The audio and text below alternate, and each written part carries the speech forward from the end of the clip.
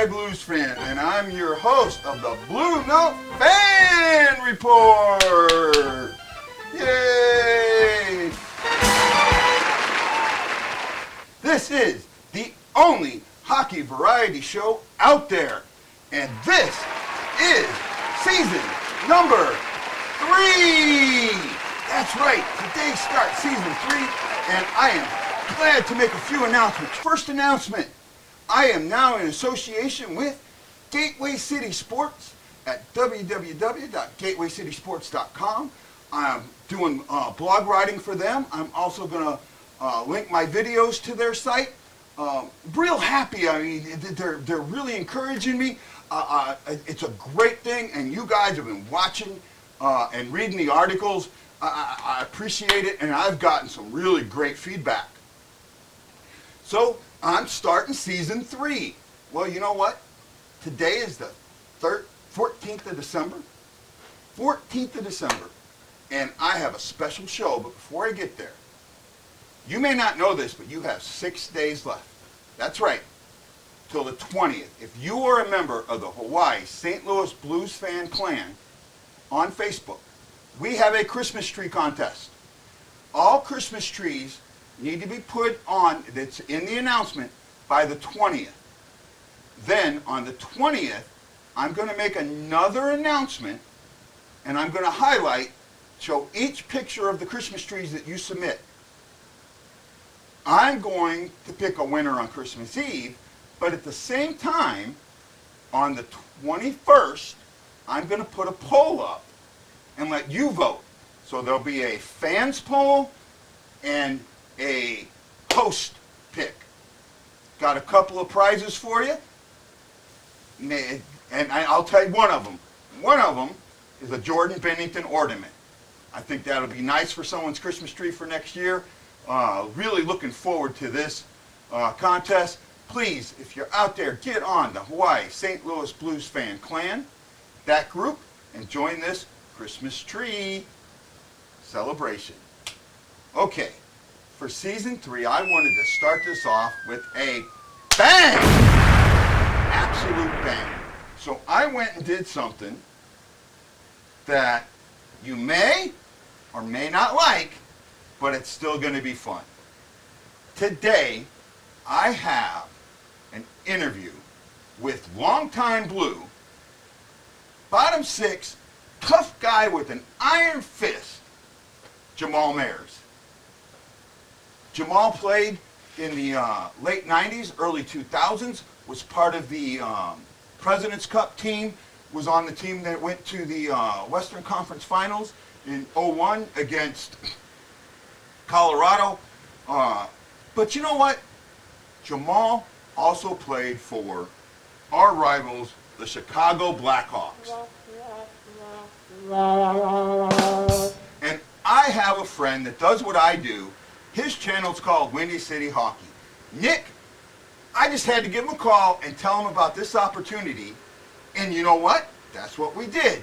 We both interviewed Jamal Mayers. Jamal currently works as an analyst for the Chicago Blackhawks, TV analyst, and he's also a writer. We'll talk to him about that. So please, sit back, enjoy this interview, and wait till the end. Aloha, and let's give a great big warm round of applause for Jamal Mayers.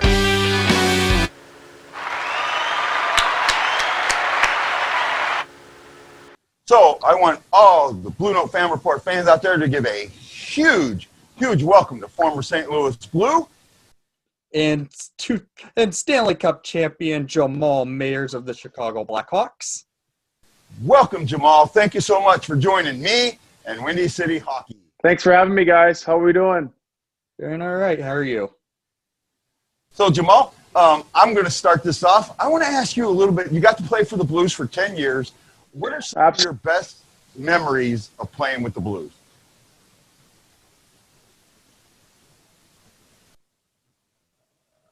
Did we freeze? Uh-oh. Well, this guy, as a Blue, I spent pretty much my entire twist. And so, but on the ice, I would say the best memories would have to be making it to the semifinals. Unfortunately, losing to the Colorado Avalanche the year that they won the Cup with Ray Bourque. That was a tough pill to swallow, but that still is a fond memory, making it to the Final Four, if you will. And then winning the President's Trophy was a fun year. We had fantastic team as well. Success and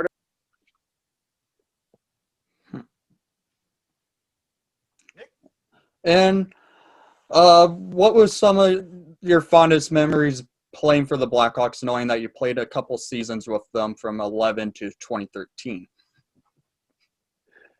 Yeah, honestly, for me, guys, with playing with the Hawks was kind of at the end of my career. You know, I was 37 and 38, so I knew that the end was certainly near. And coming to a team who had won 2 years previously, winning the Cup in 2010, I knew there was a real opportunity for this group to do it again. And so it was a huge I was very excited when I got the call from then assistant GM Mark Bergevin asking if I wanted to come to Chicago. So I was really excited to have that happen. It certainly didn't go as planned in my first year, having lost to Phoenix. But then we had a magical run on a shortened season. We started the year off amazingly well. I believe we went under for the first weeks of the lockout shortened season in 20 Cup. So what better way to end my career? And so my memory obviously is winning the Stanley Cup, and no one will be able to ever take that away. Understandable. Yeah, that's a great memory. So I've talked to a bunch of former Blues, and with the Blues winning the Cup in 19, a lot of them, especially long time, felt like that Cup was also theirs. Did you get that feeling too, or winning the Cup with Chicago kind of lessened that for you? No, you know what? Certainly was happy first of all, for the city of St. Louis and for all the fans that waited, I believe, 51 years for that to happen. And there's a lot of people that have been fans for a long time, and certainly they probably never thought it would happen. And so, I'm certainly happy for the team, but I really do feel strongly that it's about the players, it's about the team, and so although you're happy for those guys, it's the players that made it happen. So as much as you want to feel a part of it, it's about the players and what they were able to accomplish. But I'm certain, and it looked like they're having a good time, I'll tell you, around town, and it's exciting for the city and exciting for the organization to finally push down that final wall, that final obstacle, and win a cup. Yeah, I agree. Nick? I have one question, Jamal, about the 2013 shortened season. The great start you guys had, going 21-0-3. What was the mood in the locker room after the record was set? You guys lose your first game in regulation to the Avalanche, and then move on to go on winning the President's Trophy, then going on to win the Stanley Cup. Well, honestly, I remember vividly, we were in, I think it was in New York, and I don't know where that was in terms of our run there to start the season, but I remember having conversations with Jonathan Toews, and I think we both recognized that our team game had kind of slipped. Even though we were winning games and we were still on a pretty sweet run, sometimes when you have success like that, you kind of gloss over some of the areas of our game that were slipping, and it really didn't come, really, we are still winning. So you're able to just not think about it. But I think give him credit and give the veterans on the team credit that we realized that our team game had started to slip, and we brought it up to the group. But the most important thing for me was when we went through some adversity in the playoffs, particularly being down 3-1 to the Detroit Red Wings. I remember having conversations with the players and the leadership group, and the reality is that we knew we were a team that could put together some wins. We started the season undefeated, 21, as you mentioned, 21-0-3. And so we had that experience to lean on. And I think that really served us well to find a way to kind of chip away at what would seem as a very tough task in, beating the Red Wings 3 games in a row, down 3-1. But again, I think that was a turning point that this group had the start of the season to lean on and had the playmakers and game changers to make it happen to get past Detroit and eventually win the Cup. Wow. I watching that series fall out in 2013 against Detroit, that was a magical series is how it went down. I really like that answer, how you said that. Yeah, great answer, Jamal. So you spent your time, a lot of your time in St. Louis, and I think you played with Coach Q almost the entire time. What are some of the things that you learned from Coach Q? Well, I had Joel when I was 21, so he seen me at a young age, and then he saw me as an old guy. So he saw me coming into the league, kind of trying to find my way, find my niche, if you will. It's hard for some people to believe, but I was a point guy, a goals and assists guy in college, and realized early on in my pro career that wasn't going to be my role with the Blues. And the reality was we had an older team here in 96, 97, 98. And so for me to find a way to get on the ice, I had to change my game a little bit, use my tools in regard to my skating and my ability to be physical, and kind of find a way eventually to be a penalty killer and a guy who could be relied upon in the bottom six. And then when you join back up with Joel again several years later, I believe, 13 years later, I was an older Grizzly veteran. And so I think he probably was, he probably saw me at the beginning as still that 21, 22-year-old. And the reality is you become an older guy. But I think he also knew that I was a team guy. I think he knew that I would help in that regard, and not that the team was lacking with leadership. They certainly weren't. They had guys who had done it before, but just to be another veteran presence, a guy who never won before. And, there's a lot to be said about the makeup of hockey players. Sometimes when a team's had success in the past, you bring in old Grizzly veterans that haven't won before. And we had a few of them: Michael Andzus, Michael Roosevelt, myself, guys that had never won. And so I think the team kind of rallied around that, and that's what hockey players do. Great. Very cool. Let's lead more into the Coach Q question that I had. Was it different how Coach Q had his philosophies going from St. Louis to when you were with Chicago? Were they a little bit more of a different structure in a way how he had his teams running? Yeah, for me, Joel was he was probably the best coach I've ever had at in-game adjustments. And so his ability to recognize who was going on a given night, he was able to figure that out in 10 minutes. So I knew going into the situation that you oftentimes see this with Joel is the lines get switched up if it's not working. That's something you have to be comfortable with. Mm-hmm. You also see the fact that if guys on the third or fourth line are playing well, they'll move up and they'll play more. Mm-hmm. And I think that accountability and that ability to move up and down the lineup gets everyone's attention.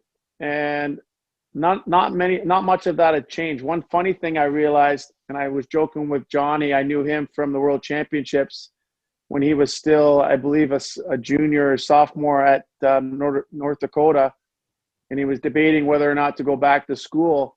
So I knew him from that experience and winning a world championship. And I remember telling him that I don't think Joel changed his drills in 12 years. He had about 10 drills that he liked.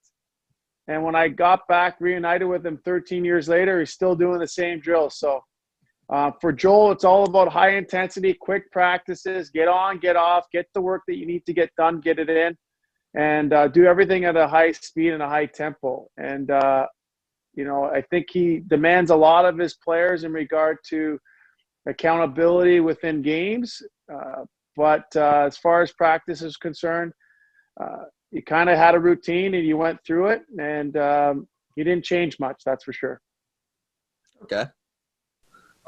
Jamal, you mentioned the 98-99 President's Cup team for the Blues. One of the stars of that team was Pavel Dimitra. Unfortunately, we lost him in the plane crash.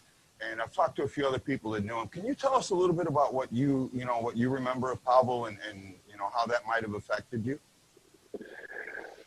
Well, Pav and I are close in age. We're only a year apart. So, and him having a young family was very difficult when that happened. My memories of him as a teammate were amazing.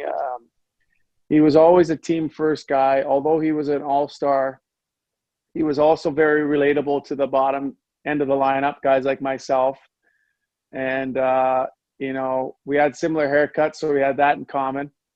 But my great memory of Pav was he would always tell me in like his little broken English, "Hey, Jamal, you have to enjoy your time with the puck." And so what he was trying to tell me was, don't be in such a hurry to get rid of it, that you're actually a pretty good player. And so at least that's how I read it. But he was a gamer. He was a guy who knew how to score goals, knew how to create points, had unbelievable chemistry with Keith Tkachuk. And as much as they could have been polar opposites, they were thick as thieves. And I really appreciated my time with Pavel. And, I don't know if they told you this, but a few of us alumni ended up going over to Slovakia to play in a charity event in about 3 or 4 different cities. And this is going back maybe 6, 7 years ago. Can't remember the exact year, but we went over there. Marian Hossa played in it. We had several former teammates. Tyson Nash was there. Obviously, Kelly Chase, Terry Yake, a bunch of former Scotty Young, and some Bernie Ferdoker was there as well. We went over and played some charity games, raised some money in honor of Pav. And the most amazing part of going on that experience was getting to see the places and with the culture of where Pav was, and meeting different people, and honestly going to his gravesite was tough. But the hockey community is very tight, and so we went over there and they wrapped their arms around us. They recognized that we were there, doing a good thing and helping raise money in Pav's name, and we really showed how amazing the hockey community is. And I still believe like they do this every hockey game in Slovakia. I think they have like a moment of silence at the 38-minute mark of every hockey game in honor of Pav. So he was a legend. When we had 3 or 4 Slovaks on the team at the same time, they didn't do anything without looking at Pav to make sure it was okay. So he was a leader in his own right as well. Yeah. So at the Winter Classic, the alumni game, when Keith came out in the second period with 38 on, I didn't see it live because I'm in Hawaii. I had to watch it later. But when I saw that, I had tears in my eyes. I absolutely had tears in my eyes. Yeah, absolutely. So, yeah, those guys were tight. You would think that they would be polar opposites, but I think their chemistry on the ice went further than that. They hung out a lot. They were tight. They were together a lot, and you would think they couldn't be any more different. But having said that, they formed an amazing bond and on and off the ice. Understandable. Guy, do you have any other questions you would like to say following up the Dimitra one? Well, I mean, the one thing that I really do hope that someday I get to talk to Keith Kachuk about that. With Dimitra on that 99 team, he seemed to have this incredible vision. And it's also what I think is like Parashenko has that's underrated in his game. When he was on the ice and he's telling you to enjoy your time with the puck, do you think that that's what he was doing, telling you to use your vision a little more? Not really. I think it was more about my comfortableness with the puck, that it's okay to hold on to it. I think a lot of times what you have to understand is that when you're a bottom six forward, a lot of that skill gets coached out of you. So coaches don't want you to make a play. They just want you to chip it in. Coaches don't want you to try to do things inside in the neutral zone. They just want you to make the simple play all the time. And a lot of times, and I'm not upset about it. It's the reality. The skill gets coached out of the bottom six guys. And so what I like about today's game is guys that played the way I played could also, in my opinion now, are able to try to make a play and to make mistakes. And when I was coming up, 21, 22, 23, that was not going to fly. And so I enjoy the game now. You see, I think instead of having top six and a bottom six, as it used to be, I think you now have top 9 and bottom 3. But every single player now in any lineup in the NHL can make a play, is expected to make plays, and I think it's made the game more exciting. Yeah, and I'll refer back to Nick here in a second. Just like Coach Berube in finals against Boston, he started the quote-unquote fourth line every game. Yeah. I didn't know that, but that doesn't surprise me. Nick? Thank you, sir. Jamal, was there any player on the Blackhawks that you played with that reminded you of like playing with Pavel Dimitra with St. Louis?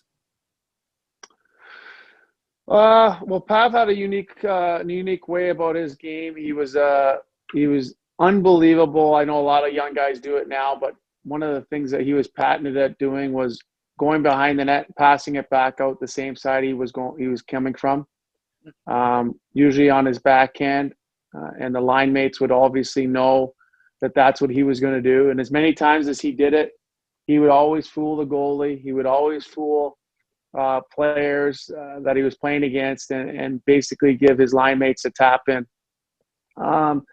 Anyone on the Hawks, it's similar. I mean, you take any high-end skill guy that's more of a smaller stature. Pat was a heavy guy, though. Let's not forget that. He was about 195 pounds. He was 5'9.5", 5'10". He was like a bowling ball. And I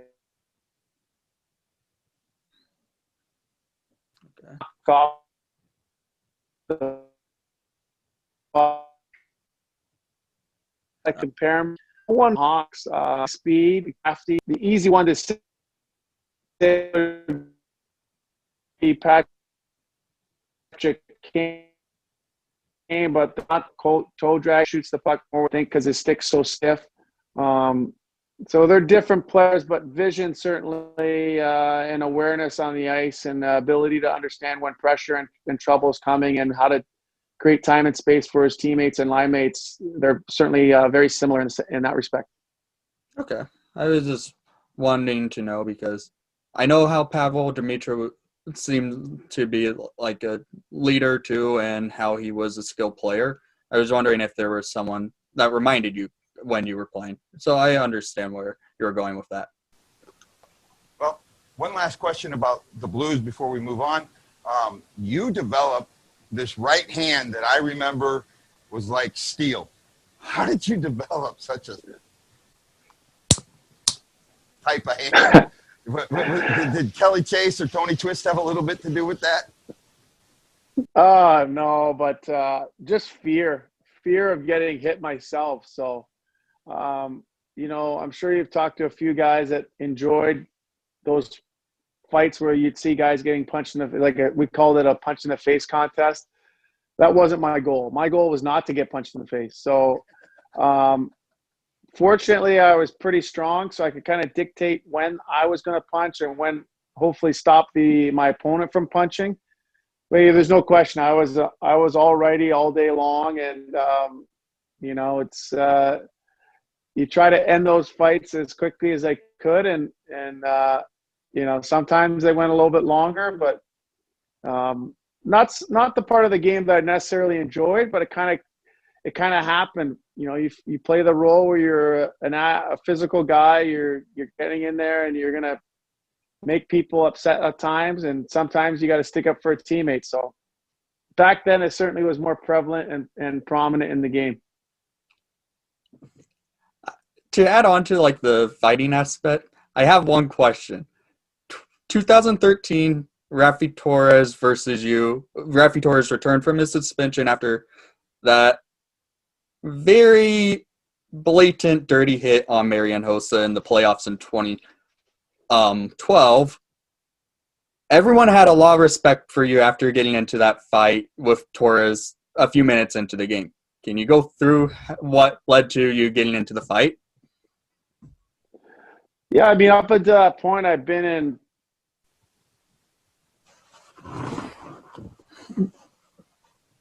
over 100 fights, but I've been nervous. And the reality was before the game, okay, there's going to be a fight. My fights were usually predicated on were reactionary. Either something happened on the ice or to change momentum. So it kind of was just a flow of the game. Whereas that fight, I knew it was happening the day before. I knew it was coming all summer. And so having to think about it over and over again and sleep on it, not sleep on it, the anticipation just grew and grew, and for me in my head, it created more anxiety about it leading up to it. Okay. So I knew it was going to happen. Give him credit. He knew it was coming. Mm-hmm. And he wanted to get it away with early on. But the challenge in fighting guys like him who are strong but don't fight a lot is because they're going to be scared. There's an unpredictability about the fight that as a guy who kind of sort of knows what he's doing, Mm-hmm. that all goes out the window when you fight someone like him, because he's going to be nervous and the anxiety for him and excitement of having it come. And he's a strong kid. Anything could happen. Yeah. And so, fortunately, things went well in that. I wish it went longer because it's one of those fights where it was personal. I was close to host.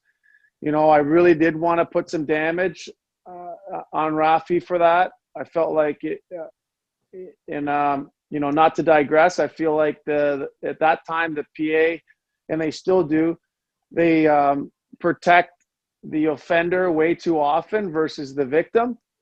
And I think that still needs to be resolved. I think the league has done a fantastic job of getting a lot of that stuff out of the game. Yeah. But it certainly was a predatory hit. It was certainly a hit that I didn't appreciate. It was one of our best players out of the series, changed the momentum of the series. But it wasn't just a clean hit. It was a predatory Mm-hmm. hit. And I'm glad that I was able to get retribution, and I still have people asking me for that, and I always tell them I did it gladly and willingly, and I would do it again, and I wish it went longer. Okay.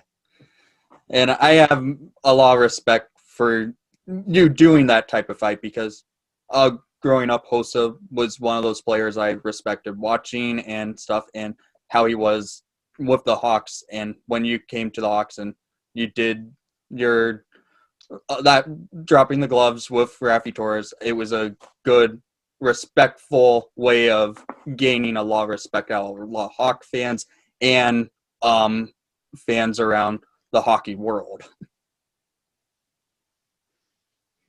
Well, I appreciate that. So, Jamal, I got a question to ask, and I hope you don't mind this question.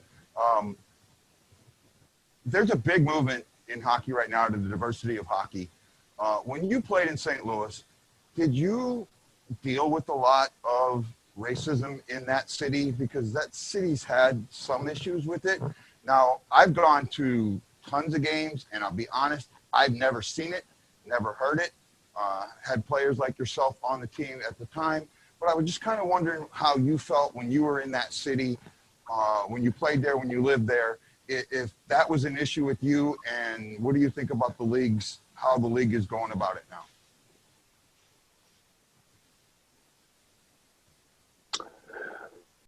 Well, those are a few different questions there. I think that there's still. Let's talk about the league. I think the league is doing some great things. If you think about Kim Davis and her initiatives and what she's done in regard to the different councils that have come up with the executive council, with the players inclusion council, with the fan inclusion council, in regard to diversity and inclusion, there's no question the game of hockey has to make an adjustment and a pivot and make sure that the game is more inviting and accepting of others.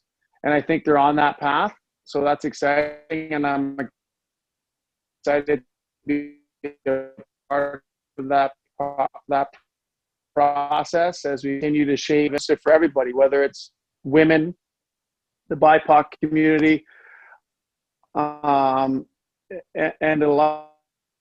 So the game has a long way to go, but the work being done right now. So that's an exciting piece. And I think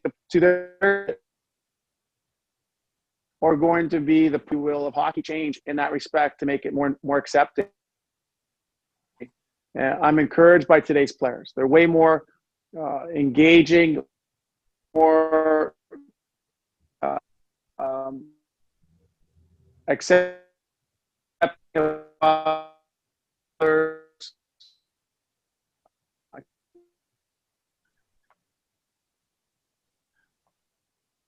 And I'm encouraged by today as that changes over. I can under the surface. I see how it's divided in a lot of respects. It's going to take work, like anywhere, like a lot of different cities. It's a lot of separation. It's not like that where I grew up in Toronto. You have the middle class people. We had East Indian family, Irish family, Pakistani family, and we all played ball together, so it didn't matter. And so I think the more that we continue to find the commonalities, the things that we have in common, the better off we'll be. We still have a long way to go as a sport, but making the game more inviting and accepting of others is certainly a step in the right direction, and I'm excited to be a part of that. Cool. Great answer, man. I got to applaud you. Yeah. I hope you don't mind, but I got to applaud you. Great. Thank you for answering that tough question. Mm-hmm. Absolutely. I have one more question about the Stanley Cup, Jamal. It was about going into Game 6. You knew you were going to not be in the lineup to play because, unfortunately, you didn't play any of the playoff games, but you were there for all the warm-ups and practices. What was the feeling to you going into Game 6 of the Stanley Cup final? Well, just nervousness. I think that, a lot of people, I'm not sure if I've really told people this story, but at the pregame meal, Johnny came up to me and he said, "Hey, after we win the cup tonight, I'm going to give you the cup first." Oh. This is and I was like, "Hey, buddy, don't jinx it. Just go win the cup. Though I'm not worried about who gets the cup after you get it." And so it just gives you a glimpse of this guy was not fooling around. This guy was focused on winning the cup and not having to play Game 7 in Chicago. And he was bound and determined to make that happen in Boston. And it's funny, when right before they handed him the cup, he did come up to me on the ice and he said, "Actually, I forgot. I got to give it to Zeus first, but Jesus is going to give it to you." And I was like, "Johnny, I don't really care, man. I'm so happy right now. I couldn't believe it." Yeah, it's tough. It's a tough situation. I don't know if you know this, but in Game 3, it might have been Game 3 or 4 in Boston, not sure if it was 3 or 4. Marion Hossa didn't play because he had a bad his back was bugging him. I remember that. So during warm up, host comes up to me and I'm the extra forward, so it means I'm going to play. Hmm. And he says, "Hey, Jammer, I'm just going to give you a heads up. I can't go, so you're probably going to play." So I'm like, "Holy cow, I'm playing!" So this is ridiculous. So, not to belabor the point, but long story short, before the game, I'm sitting there with half my gear on, and in comes, what's his name? Smith. Ben Smith. Ben Smith. Ben Smith comes in with his street clothes on and starts getting changed. Oh. That's when I found out I wasn't playing. Oh. So I had to quietly get my stuff off. I guess the coach forgot to tell me that I wasn't playing, but I didn't want to make a scene. So I got my stuff off, and Johnny was like, "I can't believe that." I didn't want to get a distraction, certainly before a Stanley Cup final game, but that one kind of hurt. So when my point being the fact that we ended up in Game 6 way, and what Understandable. I understand how the feelings could have been just amped up quite a bit, and how you had to see that Ben Smith came into the lineup instead of you. It seems like a Jagger, but you honestly were a true leader in the locker room, I feel like, and I think that's really cool of you, knowing, okay, the Ben Smith is coming in for game 3 or 4, and then you undertook it as a true leader in the locker room. Yeah, I mean, you know what? I'm an old man now, so it's all water under the bridge. It's not something I think about ever. I think about the fact that we won the cup, and that that group will be forever on that cup, and having my name on the cup is a special thing, and it's something that no one can ever take away from you. So it's an amazing bond we'll have as a group, and it's still fun to see those guys and run into every single one of them. I totally understand. Yeah, what a great. Well, Jamal, I also know that you're an author. Could you tell us a little bit about your book?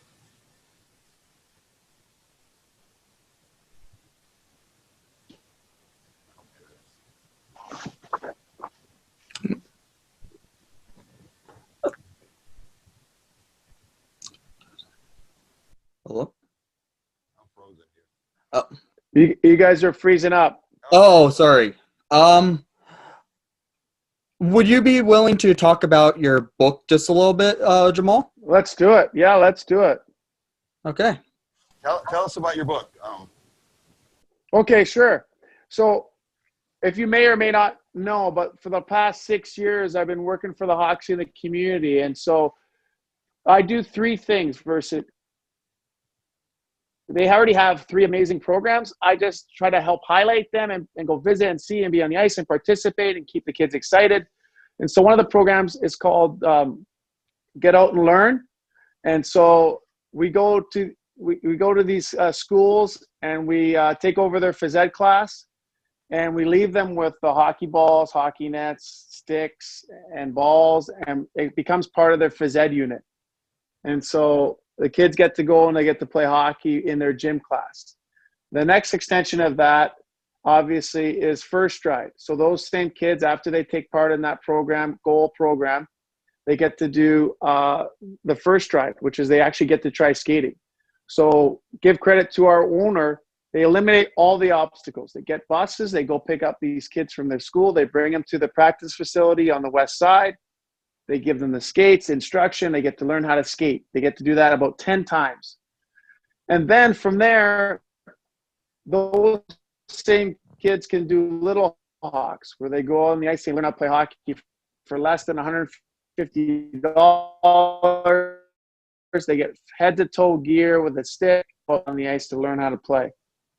Part of this program now won't start grade. So my thought was grade. And so at the time my son was 5, he's now 8. I started writing these stories based loosely on home, not having a lot of the resources to play hockey. So I started writing these stories. And over time, before I knew it, I had 5 books, guys. So the first book was published last year. Unfortunately, the timing wasn't great and was published in March. We'll pick back up the energy again in 2021 and relaunch. But basically, it's a story of a 6-year-old Jamal learning how to skate. The obstacles, obviously, having, being a player of color, playing the game, and the challenges that I encountered, if you will. But it's a positive story, and I want it's not just a story for kids of color. It's a story for all families. It's a story to bring up the topic of diversity and inclusion for everybody. And so I'm excited about the project. I'm excited that the Hawks have partnered with me in this. I'm also excited that I'm in the works with Line Forge here in St. Louis to possibly make it an animated series.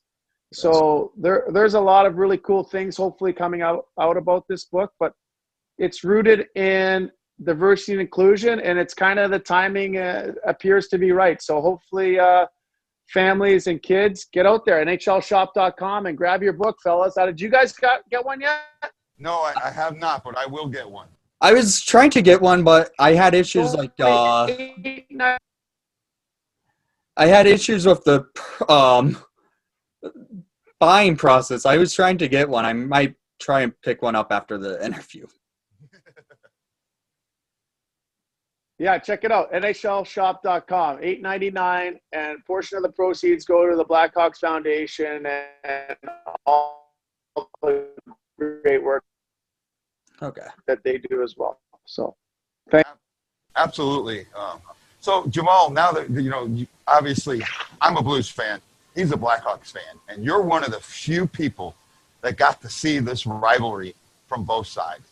So, I want to know what it was like for you when you were on the Blues, because you were on it when the Blues were at their height and the Blackhawks were down a little bit. What was that like for you? Well, we played them one year in the playoffs, too. I'm pretty sure we beat up on the Hawks. I ended up scoring 2 game-winning goals, just not a big deal in that series.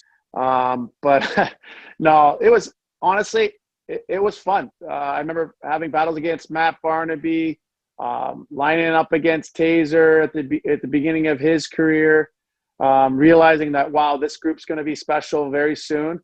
But, playing against Adrian Aucoin and there were some tough lean years there for the Hawks when I think the Blues used to get to a I did enjoy those. It was always fun being a part of a rivalry like that, with the cities being so close to each other. You'd always see fans. Blues fans will be in Chicago. Chicago fans will be in St. Louis, and it's kind of cool to see that. For a few years there, when both teams were good, it always makes it more interesting and fun when those teams play each other in the playoffs. Yeah, absolutely. Now, for a Blackhawk point of view, how was the rivalry with St. Louis? Because the Hawks were at the peak of winning cups, and St. Louis was starting to get back to being one of the better teams in the league. What was it like then?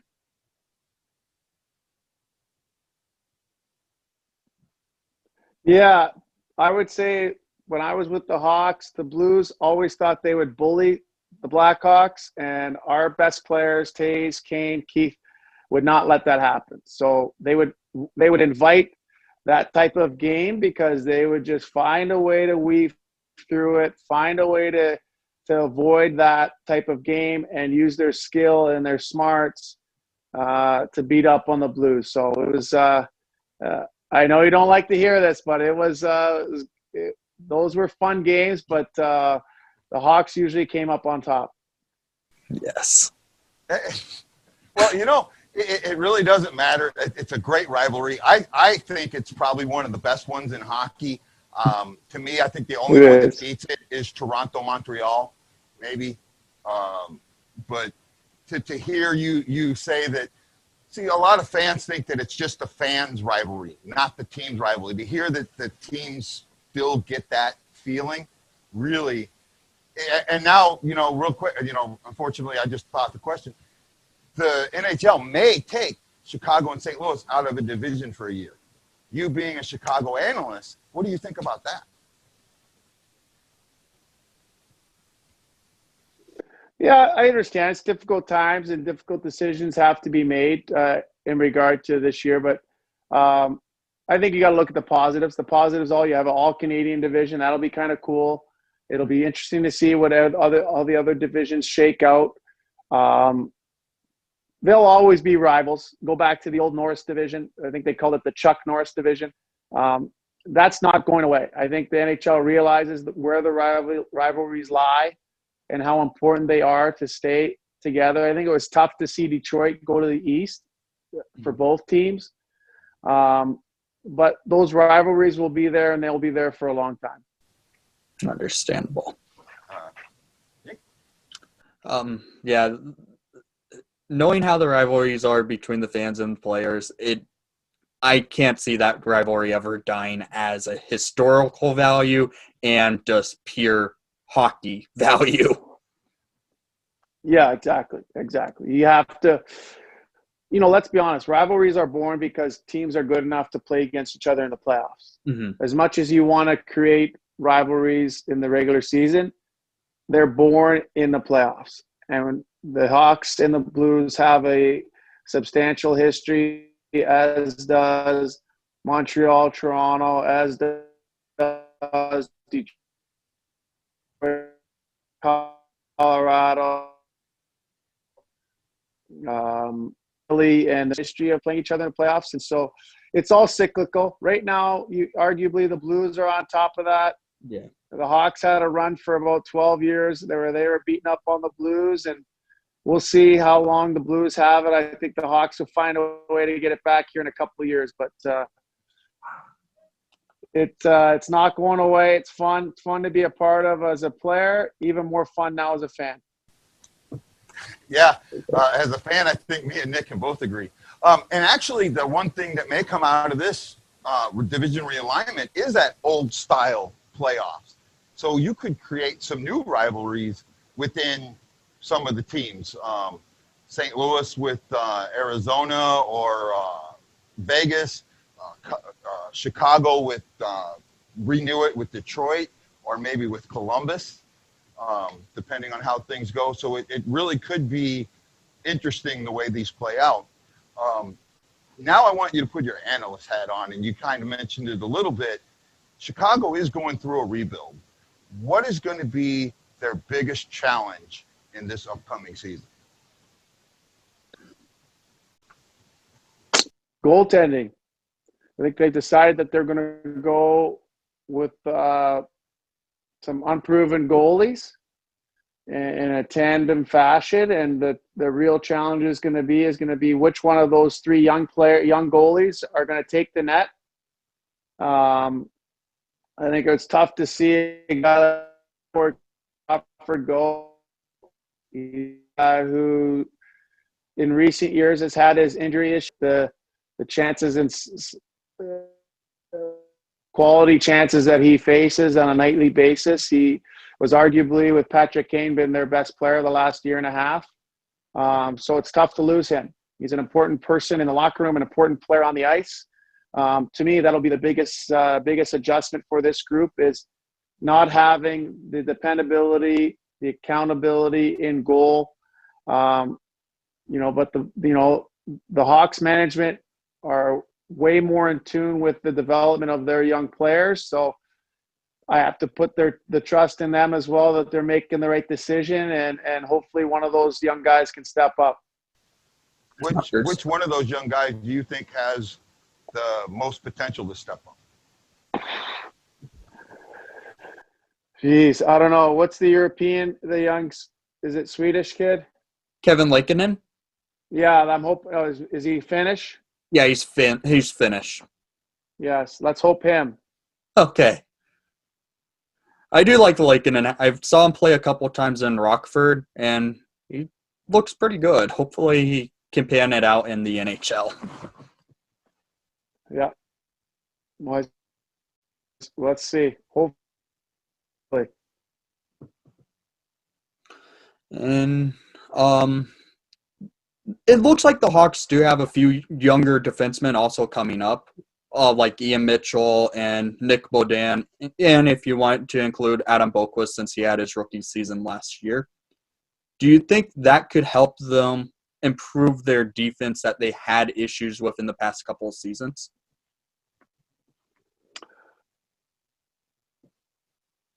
I hope so.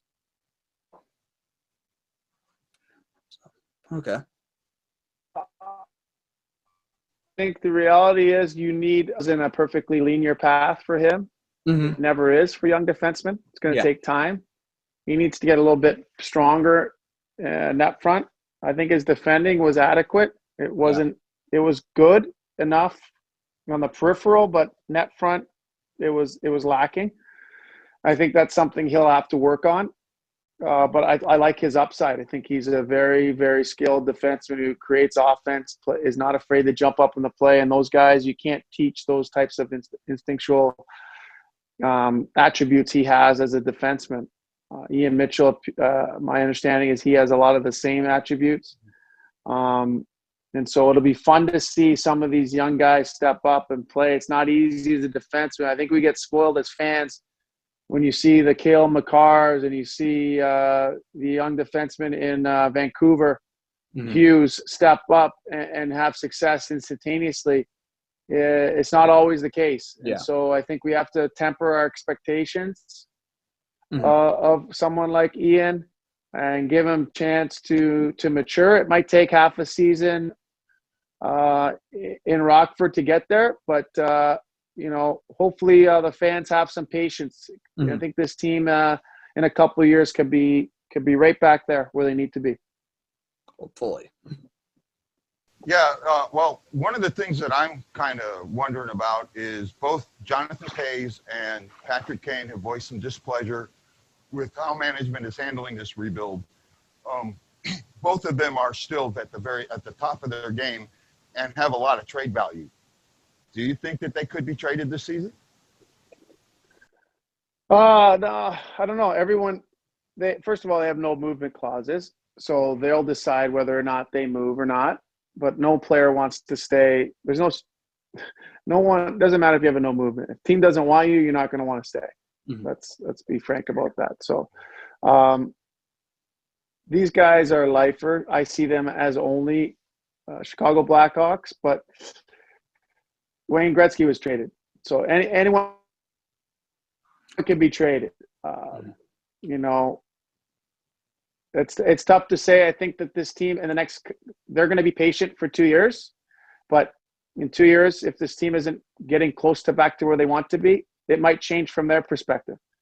So I guess time will tell, but these guys, it's tough to see them in any other jersey. I see them as Blackhawks forever.